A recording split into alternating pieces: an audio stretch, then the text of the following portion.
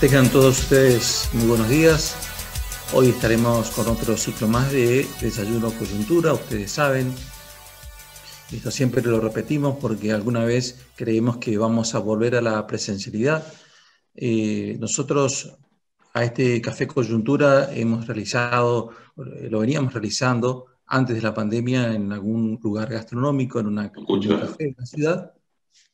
Pero luego, bueno, con los hechos que han acontecido a nivel mundial, encontramos este instrumento para acercarnos y para poder compartir juntos un café virtual y a la vez exponer sobre temas de coyunturas, que es lo que está pasando, y analizar, y para ello convocamos a especialistas en la materia.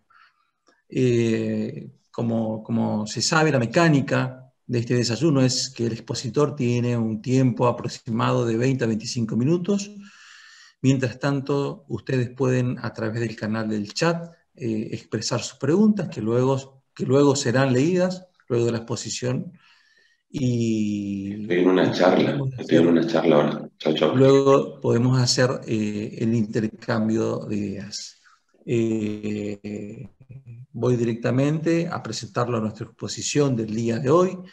Es el doctor Raúl Eduardo Piaggio, es abogado, especialista en Derecho Tributario, escribano, procurador, profesor titular de Cátedra C de Derecho Financiero y Tributario de la UNE, profesor adjunto de la Cátedra C de Derecho Financiero de la UCA, profesor adjunto de la carrera de licenciatura en Administración en la materia de régimen tributario, profesor adjunto en la carrera de contador público en la materia de derecho tributario. Él nos va a hablar sobre aporte solidario, conocido como impuesto a la riqueza, y de las distintas contingencias por las que pueden transcurrir los contribuyentes que recurrieron a la justicia. Raúl, es un gusto que nos acompañes, te damos la bienvenida y te dejamos en tu espacio para tu exposición. Muchas gracias. Ahí se está reconectando el doctor Piaggio porque estaba con un problema de escucha. O sea, él podía hablar, pero no lo podíamos escuchar. Así que se desconectó Edgardo y en segundos se vuelve a conectar. Reitero, el tema que vamos a tratar hoy es aporte solidario, conocido como impuesto a la riqueza, y de las distintas contingencias por las que transcurrieron aquellos que han presentado o se han presentado a la justicia. Recordemos que el aporte solidario por parte de lo que es la clase política o los que impulsaron este proyecto tratan de hacerlo entender como tal, como un aporte, sacándolo de la figura de lo que es un impuesto. Esto sin duda nos va a arrojar claridad el doctor Piaggio cuando lo tenemos ahí. Veo que, doctor, ¿usted puede escucharnos? Raúl, no me escuchás, Raúl.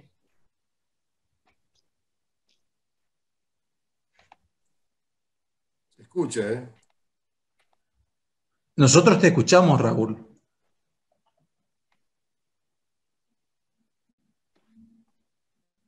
No lo escucho. Bueno, vamos a hacer ese ejercicio de entrar y salir y entrar de nuevo. Ahora vamos a escribir.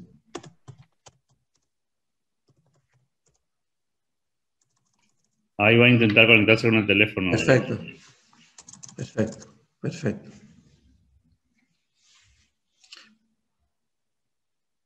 Bueno, estas cosas naturalmente que cuando regresemos con la presencialidad no van a ocurrir, pero bueno, también va a haber café y va a haber medias lunas, pero ya iremos con calma viendo cómo se va desarrollando esta cuestión sanitaria mundial que nos permita acercar nuevamente a lo que fue originariamente nuestro café coyuntura semanal, todos los viernes a esta hora, a las 8 horas.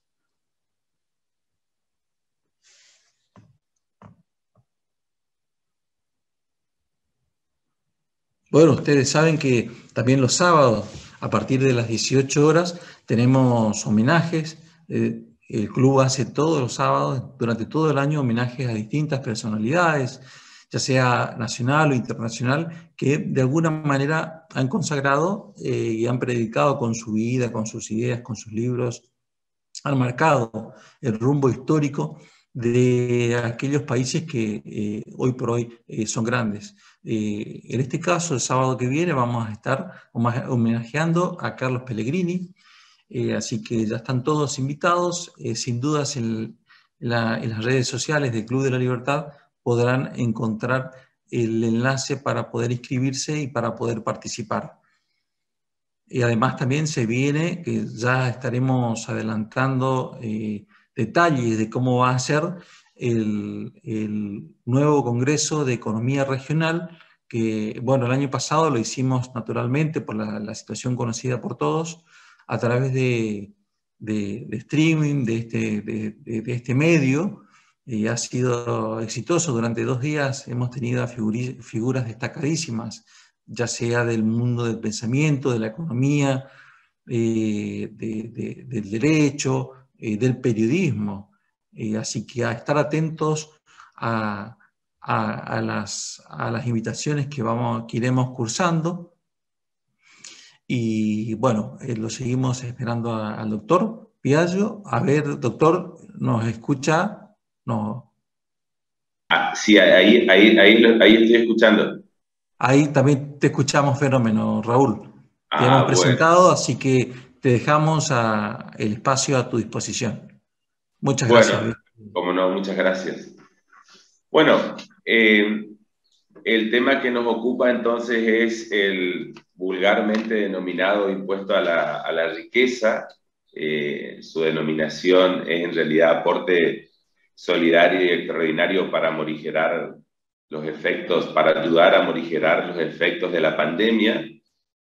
Fue establecido por la Ley 27605 en fecha 18 de diciembre del 2020, y a pesar de ser denominado como un aporte, lo que implicaría como que existiera una voluntariedad de contribución por parte de los contribuyentes, en realidad el mismo es un tributo.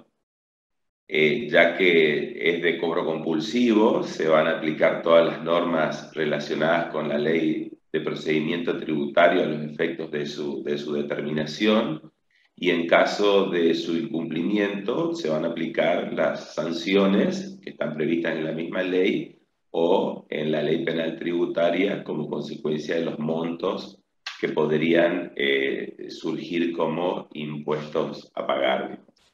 ¿Qué características tiene este impuesto? Bueno, que es personal, es decir, que tiene en cuenta las situaciones personales del sujeto que va a contribuir, del contribuyente. Es directo, es un impuesto que no puede trasladarse o que no está pensada la posibilidad de su traslación en ninguno de los grados, ni hacia adelante ni hacia atrás. Se establece por medio de esta ley que es por única vez, aunque han existido proyectos y propuestas de extenderlo por un año más. Es progresivo, ya que sus alícuotas van desde el 2% hasta el 5,25%. Es instantáneo. Es universal porque toma en cuenta todo el patrimonio de la persona, es patrimonial y es un complemento del impuesto sobre los bienes personales. Es autodeterminativo, como surge de la ley 11683, es decir, que el propio contribuyente debe presentar su declaración jurada de este impuesto, y la norma señala que tiene una afectación específica, como lo dice su título, ayudar a morigerar los efectos de la pandemia, pero en realidad cuando uno analiza los términos de la ley, solo un mínimo porcentaje tiene como un objetivo especial, y todos los demás responden a las mismas condiciones de los demás tributos, es decir, un pequeño porcentaje tiene esa verdadera afectación específica, y lo demás, si bien está detallado para qué se utilizarían los recursos que se obtengan por medio de este tributo, no difieren de los demás. Por ejemplo, que se va a promover o ayudar a las pymes, desarrollar la energía, etcétera. Son cuestiones que por ahí concretamente no tienen algo que ver directamente con la pandemia. Bueno, los tributos tienen 4 aspectos desde el punto de vista de la doctrina. Tienen un aspecto personal, que es de donde se van a determinar quiénes son los sujetos pasivos; un aspecto material o descriptivo, donde se va a describir cuál es el hecho imponible; un aspecto temporal, es decir, de cuándo va a ser su vigencia; y un aspecto espacial. Y en estas cuestiones vamos a ver que surgen una serie de detalles que lo hacen especiales, digamos. En primer lugar, los sujetos pasivos son las personas humanas y sucesiones indivisas, es decir, que todos los demás sujetos, es decir, las personas jurídicas, están fuera del tributo. El impuesto es retroactivo, es decir, si bien ha entrado en vigencia en diciembre del 2020, se deben tomar o van a pagar los impuestos aquellos residentes en el país al 31 de diciembre del 2019, y se va a tomar el total de los bienes que tenga el contribuyente en el país y en el exterior a la fecha de la publicación, siempre que la suma de esos bienes arroje un monto superior a 200 millones. También va a alcanzar a los no residentes del país al 31 de diciembre sobre el total de sus bienes solo en el país. El anterior es la suma de los bienes en el país y en el exterior. Para los no residentes es solo por los bienes que tiene en el país, es decir, a los efectos de evitar aquellos convenios que suscribió la Argentina para evitar la doble imposición. Y después hay una particularidad, porque aparte de hablar de los residentes y no residentes, la norma incorpora una situación especial, que es la de gravar a los nacionales, ¿sí?, que hayan perdido la residencia antes del 31 de diciembre. Es decir, aquellas personas que se han ido a vivir a otros países antes de diciembre de 2019, también van a ser alcanzados si estos contribuyentes han mudado su residencia a países con baja o nula tributación, es decir, donde el impuesto a las ganancias es menor al 15%, o en aquellos países denominados jurisdicciones no cooperantes, es decir, que no tienen acuerdos con la Argentina a los efectos de suministrar información de los contribuyentes, o no tienen acuerdos relacionados o vinculados a evitar la doble imposición. Es decir, que acá también hay una situación especial en el caso de los nacionales. Es una incorporación especial que tiene la ley que no se ve en otros tributos. Estos entonces países no cooperantes y jurisdicciones de baja o nula tributación van a hacer que aún cuando el contribuyente resida en alguno de esos países, continúe alcanzado por el impuesto. Bueno, en relación al aspecto objetivo, descriptivo, material, como le denomina la doctrina, el impuesto alcanza a la totalidad de los bienes en el país que estén comprendidos y evaluados sobre el impuesto a los bienes personales, pero con una particularidad, que va a ser sin deducción de mínimo imponible alguno. En el impuesto a los bienes personales hay un mínimo no imponible por el cual el contribuyente no está alcanzado, y también, sino que acá solo hay un mínimo exento, que es cuando el valor de la totalidad de los bienes no exceda de 200 millones, y no se aplican las exenciones que sí están previstas en los bienes personales, como el caso de la vivienda única, el inmueble rural, los títulos públicos, participaciones locales, plazos fijos, depósitos en cajas de ahorro, etcétera, que sí están exceptuados en los bienes personales. En este impuesto están alcanzados. Obviamente, como el impuesto a los bienes personales, tampoco están previstas la deducción de pasivos, es decir, no es un impuesto al patrimonio neto, Es decir, que si una persona tuviera 200 millones de activos, pero tuviera una deuda de 100, debería pagar igual porque no se deducen todos los pasivos que el contribuyente tuviera. Otra de las características que se observa de este tributo es que se llega a dar en algunos casos una triple imposición, por ejemplo, en el caso de los inmuebles y en el caso de los automotores, porque van a estar alcanzados por este impuesto, por el impuesto a los bienes personales y por los impuestos locales o provinciales, como el impuesto automotor o el impuesto inmobiliario, ya sea rural o urbano, digamos. Entonces, ahí se dan, digamos, situaciones que se observan y que podrían ser generadoras de algún tipo de conflicto, digamos. Bueno, las alícuotas van desde el 2% para los patrimonios locales y llegan hasta un 5,25% de impuesto en una escala, como habíamos dicho, progresiva, de 0 a 300, de 300 a 400, de 400 a 600, es decir, y ahí se va elevando la escala en relación a las distintas situaciones patrimoniales del contribuyente, tomando en cuenta la sumatoria de todos los bienes, tanto en el país como en el exterior. Después, la norma preveía la posibilidad de la repatriación en un plazo de 60 días que podía ser prorrogable y dándole la posibilidad a que los contribuyentes pudieran traer bienes del exterior con lo que se disminuiría el pago de tributo. Obviamente que eso se podría hacer en aquellos casos de personas que tuviesen activos financieros o dinero o divisas, no en caso de tener que disponer de bienes o esas cosas. Yo creo que sería mucho más complicado, digamos, para poder hacer esa repatriación. Hoy ya se han vencido los plazos para esa cuestión.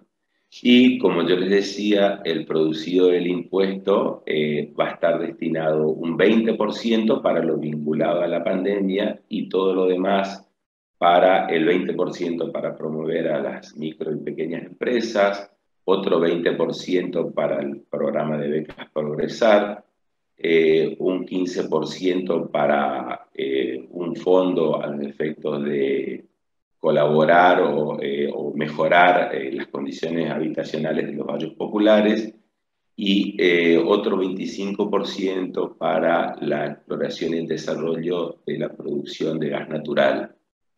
Es decir que, en principio, digamos, el impuesto, si bien tiene esas afectaciones específicas, conforme lo dispone la ley, lo que está vinculado directamente a la pandemia es lo vinculado a las inversiones y los gastos médicos y concretos, digamos. Todo lo demás es muy similar a los objetivos que tienen todos los demás tributos en la Argentina, que van a rentas generales y tienen la finalidad de ir satisfaciendo todas las necesidades públicas que fueron consideradas prioritarias y que están establecidas y aprobadas por el presupuesto.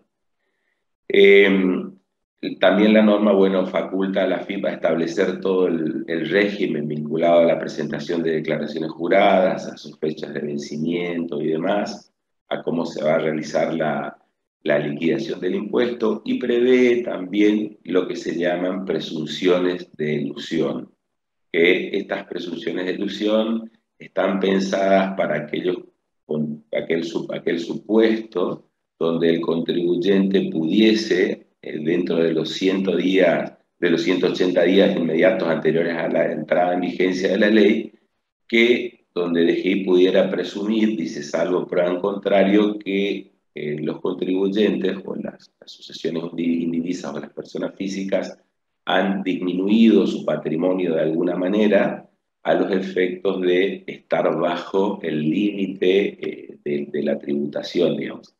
Si bien esto es bastante especial porque, digamos, no se conocía cuál iba a ser el límite, cuál iba a ser el mínimo de los 200 millones, podrían darse que contribuyentes podrían tener algún tipo de determinación por parte de AFIP, donde el contribuyente tendría que demostrar que las operaciones que realizó antes de esos 180 días de la entrada en vigencia de la ley no se corresponden con un objetivo de estar bajo ese mínimo exento de los 200 millones. Esto todavía está por verse, digamos. DGI estima de que existen 12.000 contribuyentes que estaban en esta situación, en esas distintas situaciones de residencia, como habíamos dicho, los residentes argentinos, los no residentes y los nacionales que residen en países de baja o nula tributación o países no cooperantes. Básicamente, estas son las condiciones del impuesto, y las cuestiones que pueden ser observables son aquellas vinculadas a la violación del principio de no retroactividad, es decir, que el impuesto se toma como base el patrimonio al 31 de diciembre del 2019, pudiendo haberse dado de que hayan habido variaciones en el patrimonio del contribuyente, y eso podría generarle situaciones especiales donde ya el contribuyente no tiene ese patrimonio, que ha pasado mucho tiempo, desde, imagínense, el 31 de diciembre del 2019 al 18 de diciembre del 2020, y donde el contribuyente haya dispuesto de ese patrimonio, ya sea por cualquier tipo de razón, y no obstante estaría alcanzado por el impuesto, es decir, su situación haya cambiado, y este principio de irretroactividad de la ley también tiende a garantizar la previsibilidad del contribuyente acerca de los costos que éste tendría en relación a cuáles son las obligaciones tributarias que tiene para tener un emprendimiento que pueda generar rendimientos y que sea productivo. Yo creo que toda persona medianamente razonable, cuando va a hacer una inversión, un proyecto de desarrollo, algún tipo de actividad, toma en cuenta, dentro de todos los costos que tiene para desarrollar esa actividad y analizar su conveniencia, también toma en cuenta el costo impositivo. O sea, esta sorpresa, digamos, luego de, qué sé yo, 11, 12 meses después, obviamente que genera, digamos, una cierta inestabilidad en el inversor, que obviamente puede generar dudas o planteos. La otra cuestión es la vinculada a la residencia, porque se dan situaciones donde personas mudaron su residencia, pero inclusive antes ya de esta situación, pero si ese cambio, ese traslado hacia otros países fue con posterioridad al 31 de diciembre del 2019, DGI los considera de todas maneras contribuyentes y alcanzados por el impuesto. Con lo cual nos encontramos con distintas cuestiones donde personas mudaron su residencia, hicieron inversiones en otros países, tienen su correspondiente documentación en otros países, sus inscripciones en los organismos de recaudación de otros países, están tributando ya en otros países este impuesto, pero no obstante, todavía DGI, digamos, todavía el impuesto los sigue alcanzando, digamos, es decir, que podrían ser perseguidos por el pago de este impuesto. Y otra de las cuestiones que se da también es en relación a esta triple imposición. En el caso de los impuestos patrimoniales, tienen la característica de que prácticamente ya prácticamente no existen en otros países, y eso hace de que digamos, sea una situación también especial, porque el impuesto a los bienes personales, que es un impuesto que se superpone a este, pero donde este es mucho más gravoso, tenía una alícuota del 0,25%, y en el año 2019, ya por una ley de solidaridad, se elevó esa alícuota al 1,25% para los patrimonios nacionales y al 2,25% para los patrimonios en el exterior. Es decir que, y posteriormente, digamos, al año siguiente, nuevamente se intenta gravar de nuevo el patrimonio con estas alícuotas, donde en algunos casos el tributo llega al 7%. Otra de las cosas que se pueden observar en relación al impuesto es la posible violación al principio de no confiscatoriedad del impuesto, teniendo en cuenta que los impuestos patrimoniales no pueden dejar de lado, la obtención de la renta, es decir, el impuesto a la renta, y teniendo en cuenta de que el objetivo de un sistema tributario racional es siempre gravar, si bien puede tomar como base imponible, es decir, como una situación que exhibe la posibilidad de la existencia de una capacidad contributiva al patrimonio, siempre debe ir vinculado a las rentas que haya obtenido el contribuyente, a los efectos de no violar el principio de no confiscatoriedad.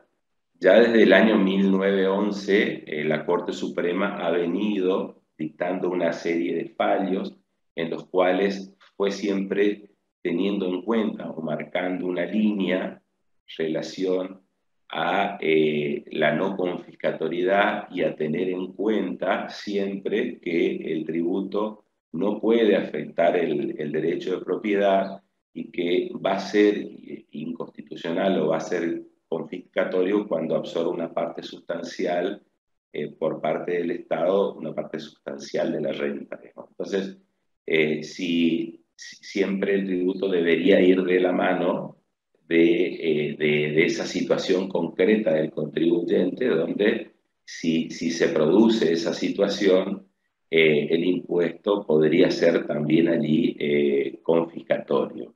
Luego se fueron, digamos, los siguientes fallos de la Corte fueron profundizando esa cuestión, fueron hablando de la renta efectiva que producen los bienes o el capital.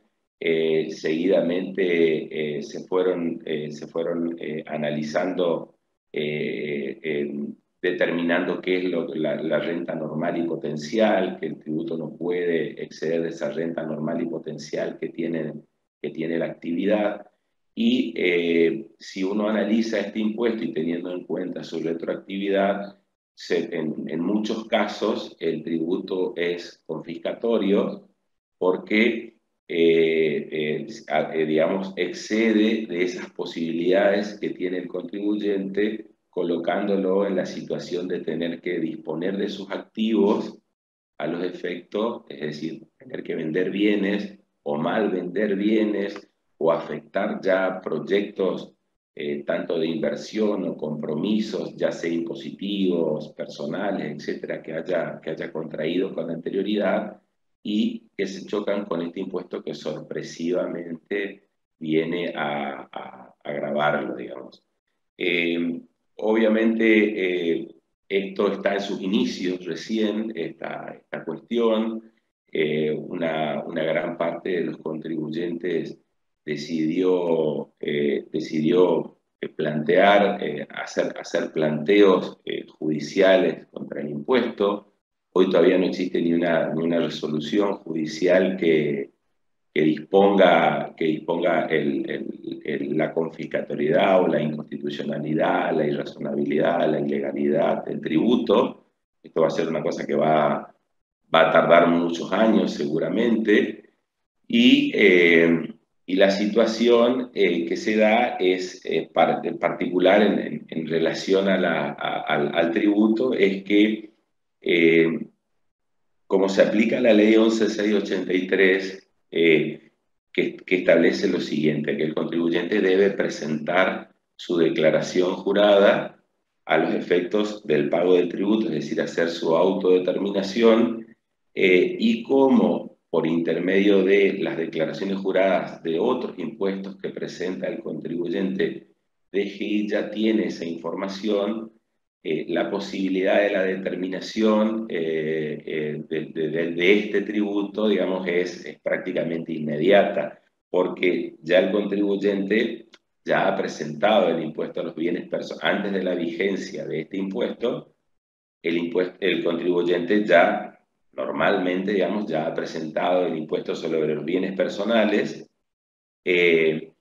y también en caso de que tenga participaciones societarias y demás, que sería lo que no estaría por ahí incorporado en esos bienes personales, ya también había presentado acciones y participaciones, y la determinación, digamos, por parte del impuesto sería muy rápida, sería inmediata, y por lo cual el contribuyente en breve plazo tendría si el contribuyente quisiera seguir estos procedimientos de la ley 11.683, en breve plazo se encontraría con que la deuda, que el contribuyente no la declara, supongamos si decide no declararla, se encontraría rápidamente con la deuda determinada, se encontraría inmediatamente si no la paga, con una denuncia penal, ya que el monto para formular una denuncia penal es la suma de 1.500.000 pesos, y si el contribuyente apelara, supongamos al Tribunal Fiscal, el Tribunal Fiscal, conforme al artículo 185 de la Ley 11.683, tiene vedada la posibilidad de analizar cuestiones de constitucionalidad, conforme a ese artículo 185.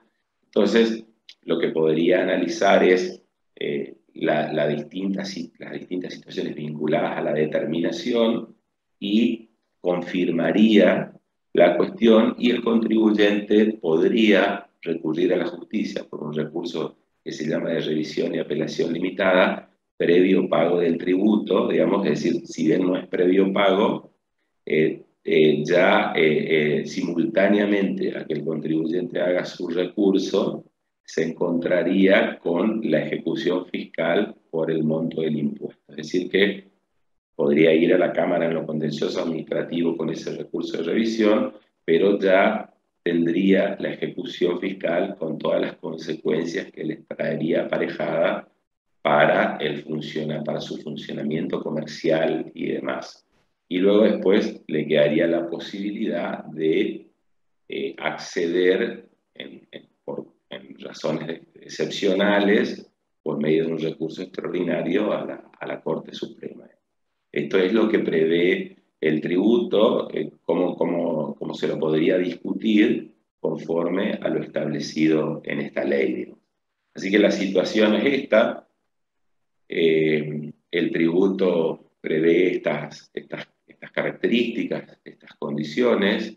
Se produce una doble o triple imposición en algunos supuestos.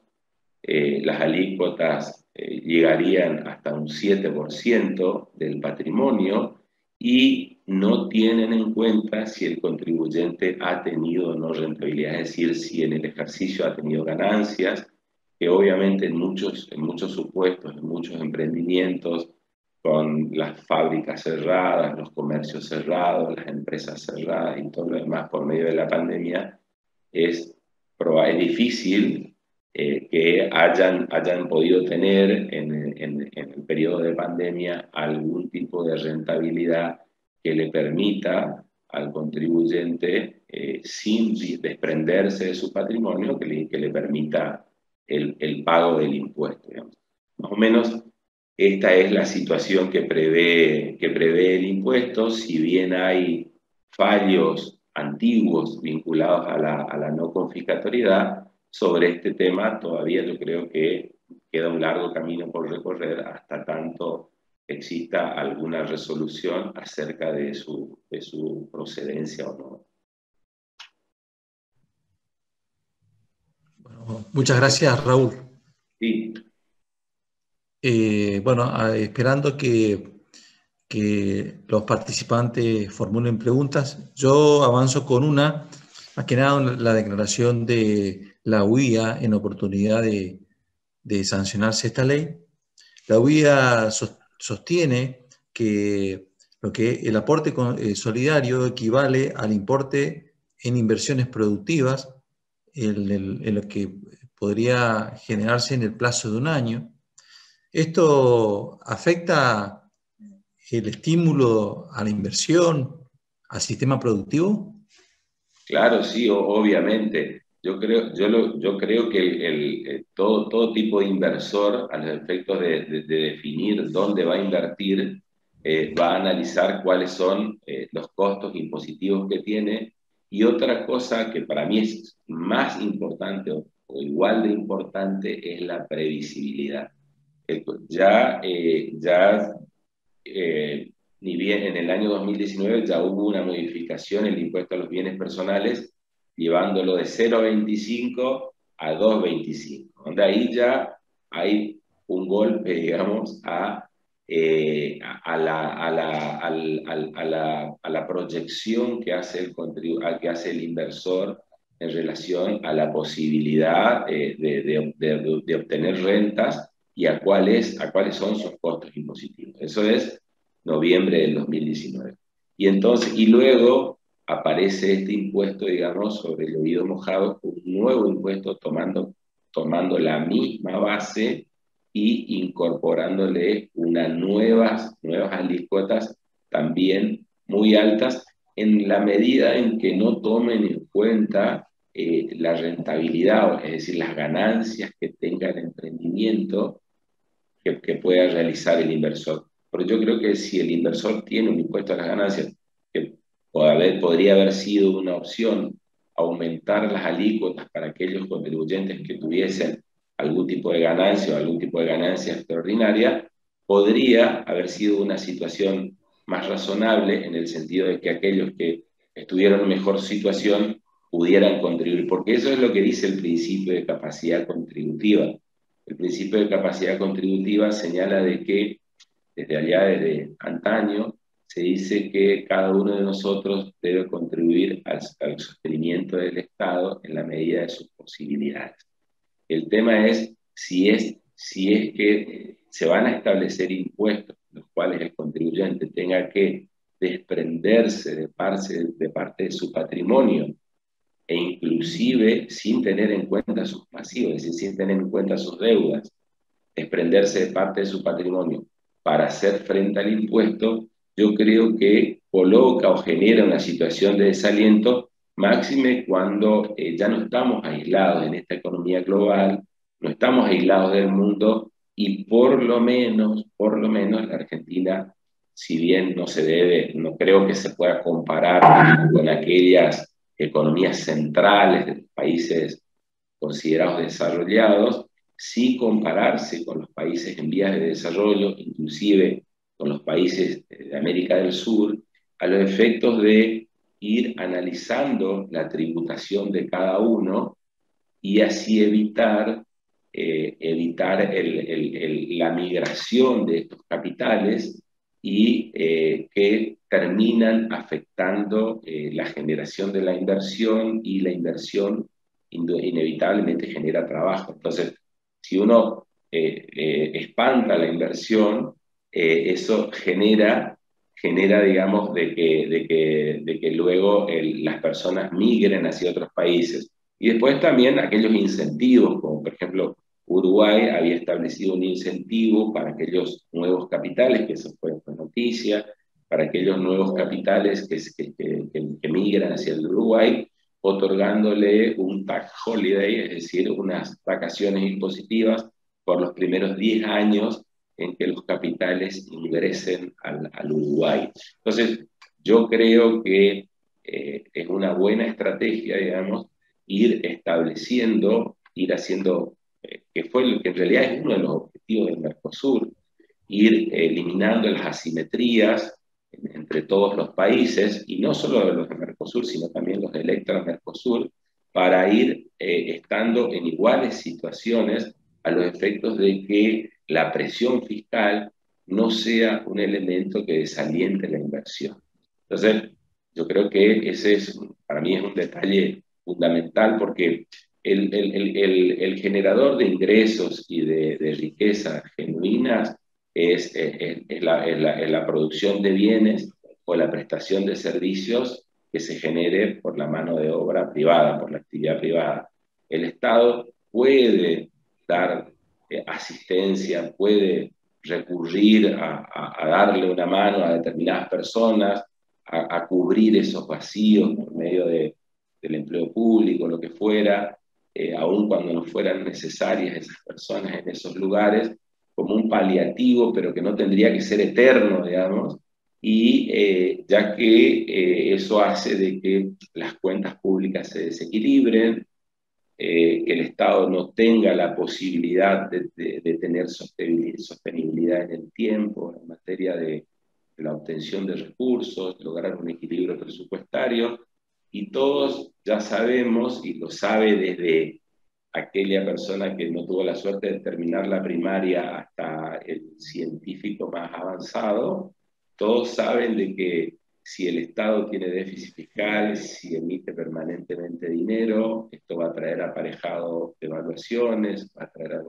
aparejado suba de precios, aumento del costo de vida, desorganiza la economía, las personas no tienen idea de los costos, se genera una espiral inflacionaria, la persona que quiere proteger también su stock, su capital, no sabe a cuánto puede vender, pero no sabe a cuánto va a volver a reponer su mercadería. Eso genera un desequilibrio, y hasta nosotros mismos, que por ahí no estamos en la actividad, perdemos la noción de los precios, perdemos la noción de los valores, no sabemos si pagamos barato, no sabemos si pagamos caro. Eso desorganiza la microeconomía, la desorganiza, la desequilibra el ama de casa, que no sabe si lo que está pagando está bien, cuáles son los costos, cuáles son los valores, no puede organizar su economía familiar.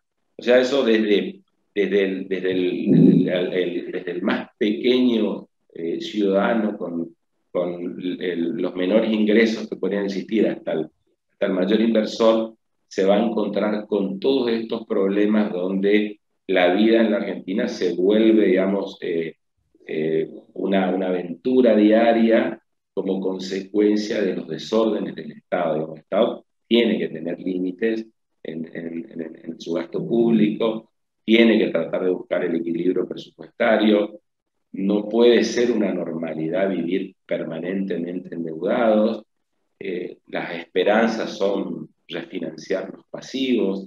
Yo creo que obviamente eso desalienta también, desalienta al futuro, desalienta a los jóvenes, a las personas que están tratando de ver cuáles son las posibilidades de desarrollarse, de crecer. Yo creo que son muy malas señales que el Estado va dando, digamos. A propósito de lo que habías mencionado, Raúl, respecto a que el Estado tiene que tener límites, la pregunta es la siguiente y la hace un participante. ¿Existen muchas acciones simultáneas individuales en tu conocimiento? Debería Sí, ser sin duda respecto a tus planteos de inconstitucionalidad, ¿no? Sí, nosotros, bueno, todos los abogados, digamos, generalmente estamos suscritos a ediciones virtuales, digamos, donde se van publicando los distintos planteos sobre la diversidad de temas, digamos. Y en este tema, sí, hay planteos en todas las provincias, hay planteos, todavía ninguno que yo tenga conocimiento con resultados, hay planteo en todas las provincias sobre este tema, planteando esas 3 o 4 cosas que habíamos dicho, algunos la confiscatoriedad, otros planteos las personas que no residen ya en el país antes del 2019, que es una situación tremenda, digamos, esa. Aquellas personas que mudaron su residencia sin saber que iba a aprobarse el impuesto, también una situación terrible, porque es como me decía a mí un contribuyente, yo me fui del país en enero del 2020. ¿Qué tengo que ver yo con este tema? Y tener que incurrir en todas estas cuestiones, digamos, verdaderamente son situaciones, digamos, que no alientan.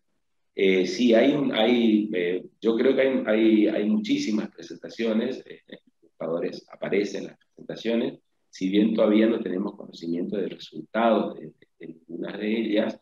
Yo creo que esto lleva su tiempo, y yo calculo que en lo inmediato todavía yo no creo que vamos a tener algún resultado sobre qué va a considerar, qué va a considerar la justicia en materia en relación a este impuesto.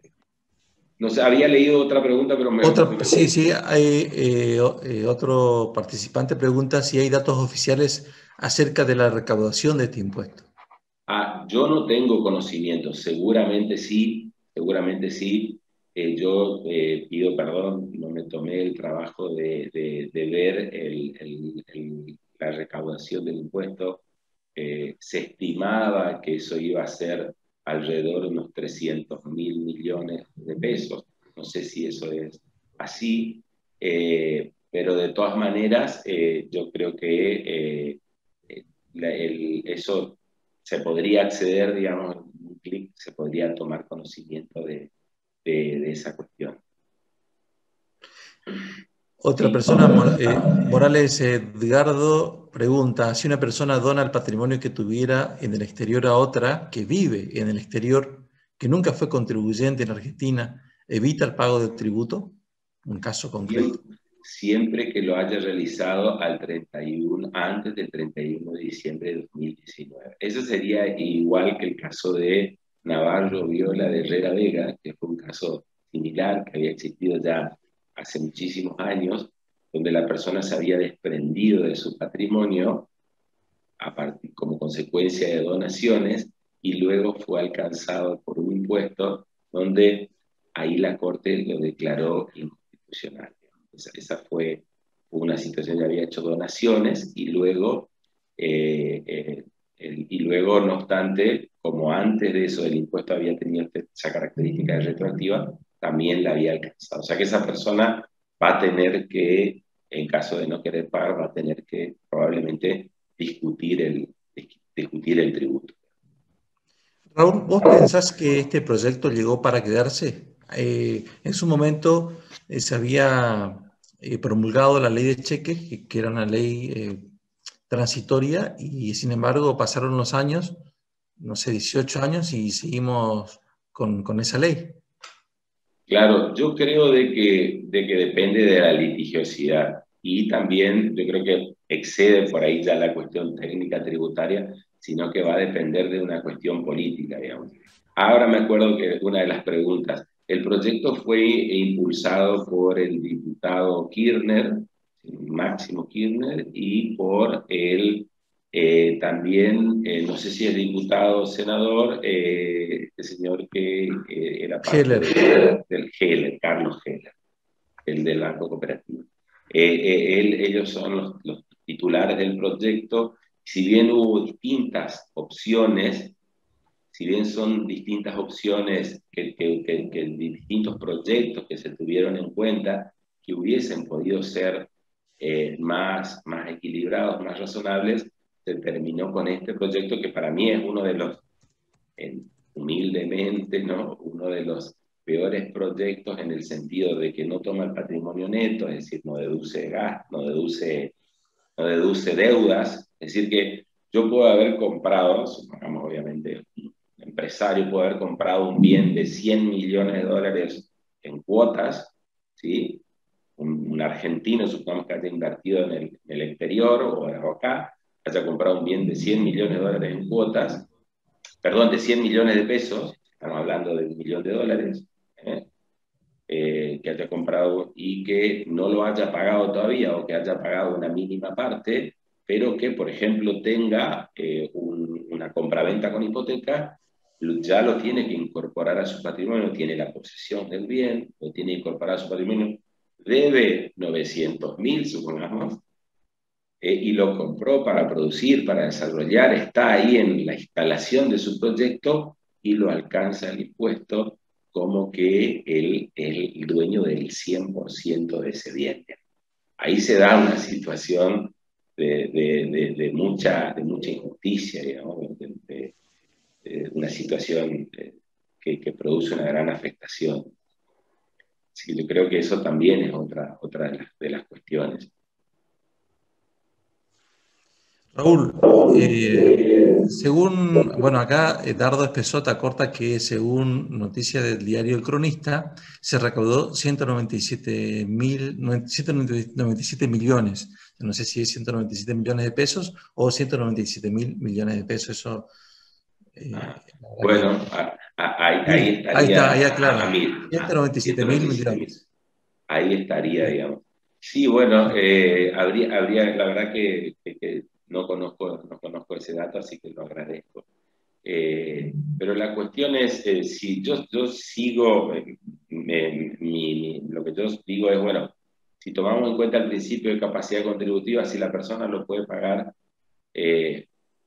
no sería problema. La cuestión es cuando el contribuyente tiene quebrantos, porque muchas de las actividades han tenido quebrantos. Imagínense, empresas que estuvieron cerradas con 200, 300, 400, 100, 50, 20 empleados, que han estado cerradas 8, 9 meses, con la imposibilidad de despedir el personal por la doble indemnización. Aparte porque el empresario no quiere desprenderse de su estructura laboral, siempre tiene la esperanza de que esto va a ser transitorio, que va a pasar, de que se va a recuperar, y tener un empleado capacitado es algo muy valioso para el empresario, porque se le desorganiza su producción.